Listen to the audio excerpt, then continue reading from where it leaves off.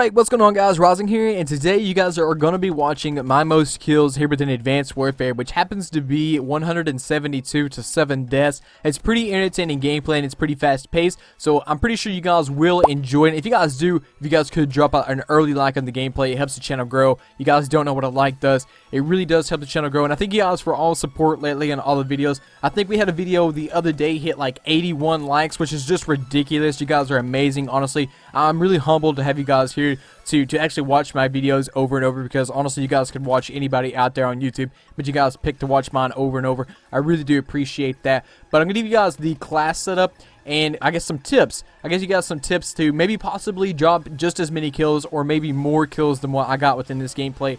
But the biggest tip that I can give you guys before I get into the class setup is you gotta play Ground War. If you don't have next gen, it's going to be really hard to get this many kills within Advanced Warfare, because if you're playing 6v6, that's only 6 people you can kill. If you're playing Ground War, that's 9, and 3 extra people can add up over time. You guys don't know what 3 extra people can do, so you definitely have to play Ground War, and you kind of have to play Domination. So those are just some early tips that I can give you guys. But the class setup, I was using the Bow Obsidian Steed, which is the elite version of the Bow, and it gives me +2 damage, and it also has -1 fire rate. So I kind of have to compensate by that, and I can't just rush around like crazy because it has -1 fire rate. And if I run up on more than one person, they're more than likely going to take me out because it has a slower fire rate. So I kind of had to play slow, pick and choose my gunfights, and hopefully don't run into more than one person. But if I do, I can't chuck my shots. I have to make sure my shots are on point.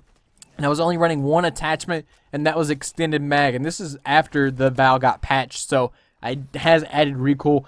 But with the lower fire rate, I feel like that really doesn't matter to me. So I was using extended mag because I felt like I needed points elsewhere. And the perks might have you, I guess, scratching your head a little bit because you don't really see this too much. I was running low profile and danger close. You might be thinking, why were you running danger close? That gives you extra explosive damage. Actually, I think that's what it's called. I was running low profile just in case the enemies got a UAV. I didn't expect them to, but some of them actually ended up getting a UAV. And I actually think one of the enemies got a Paladin, so that's kind of crazy how I got this many kills and I actually ended up getting those score streaks.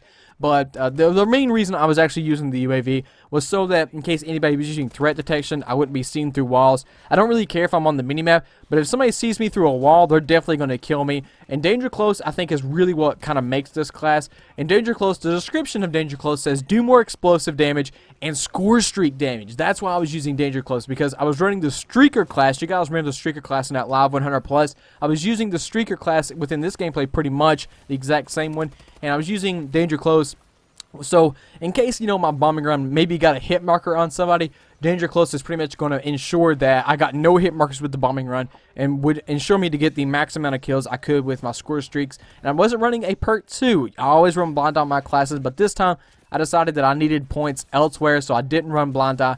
And then perk 3, I was using toughness and scavenger. And with any type of gameplay, you pretty much have to run toughness and scavenger. It definitely scavenger. You can get away without toughness sometimes, but I think that I needed toughness. Or at least I thought that I did, and I'm pretty sure I did, because there was sometimes I got into a sticky situation. You know, I ran into more than one guy, and my gun flinched up, but I was able to take them out. And scavenger, I think you just have to have scavenger with any gameplay that you guys want to go for, because you don't want to run out of bullets and pick up a gun that has an ugly sight or it's just a bad gun in general. So you guys definitely want to run scavenger. And the kill streaks is definitely what made this class. There's no way I would have got this many kills without the kill streaks.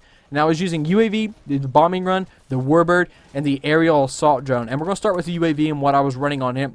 I was not running threat detection. I know it's a surprise. I always run threat detection, but on this one I wasn't. I was actually running speed and extra assist points. And I believe the extra assist only gives you 5 extra points, but dude, the extra points really do make this class. You guys don't know how many kill streaks I got just because you know, I was getting 5 extra points per kill that my enemies were getting. The Warbird, I was using extra time and defender. You don't want to use the Warbird manually because it's going to overheat and you won't get as many kills as you would potentially if you were using aggressor or defender. So you definitely want to run either one of those. I like defender because I'm always near the enemy spawn. I wouldn't say that I'm always like directly on it, but I'm near it, so it's going to be able to get more than one person. And I actually think that these Warbirds got me 10 to 11 kills each time. And there was actually 2 Warbirds that I didn't even get to call in because one of them got overlapped because my teammate called a warbird in, and the other one I wasn't paying attention and I overlapped it myself. So there's potentially, 22 kills that I didn't get. So it could have possibly been, a 200 plus fail. I'm not going to say that it was, but it possibly could have been. And on the bombing run, I was only using the plain Jane. There was nothing on it. 725 points. I felt like that was a good enough version of the bombing run to be able to get me what I wanted. And on the aerial assault drone, I was using AI and rockets. And if I had to go back, I probably would take this off and throw blind eye on, because the enemy did get a paladin, which killed me a couple times. And if I feel like I had blind eye on, they definitely wouldn't have been able to take me out. So, that would open up 2 more points. Or maybe I could have thrown on another attachment. It just really all depends on the map. But I think if I could go back, I would definitely take aerial assault drone off. But now I'm going to give you guys a couple tips to ensure you step your game up to the next level and hopefully drop just as many kills as I did within this gameplay, or possibly some more. You got to have a good start. You can't run out there and die, 5 or 6 times, because you're not going to have any momentum. Definitely, you have to have momentum while going for a gameplay like this. It's not kind of like a DNA bomb where you can just die, and then get, 30 gun kills. You kind of have to do good throughout the whole game. And there was a couple times within the middle of the gameplay where I died, but I cut those parts out because it was kind of boring, so I didn't want to show it. But I died a couple times within the gameplay. I died 7 times within the gameplay.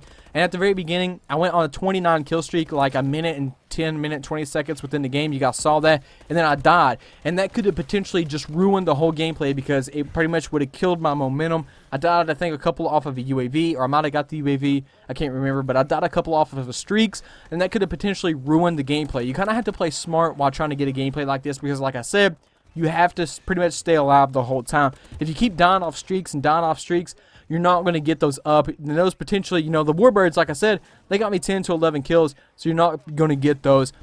Another tip that I could give you guys is try to play the objective as much as you can, but don't run out there. Like I said, you have to play smart, so don't run out there if you're all by yourself. If you got, 5 or 6 teammates next to you, go ahead and hop on that flag. That's an extra 200 points for pretty much doing nothing.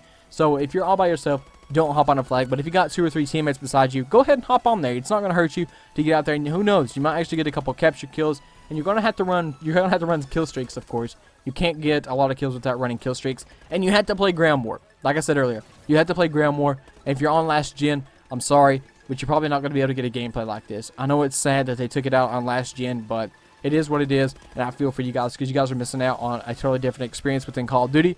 But I hope you guys enjoyed the video. If you did, you guys could slap that like button. I greatly appreciate that. If you guys want to see anything in particular here within my channel, just let me know down in the comments below. It's been a pleasure, guys, and until next time, this is Rising out. Peace.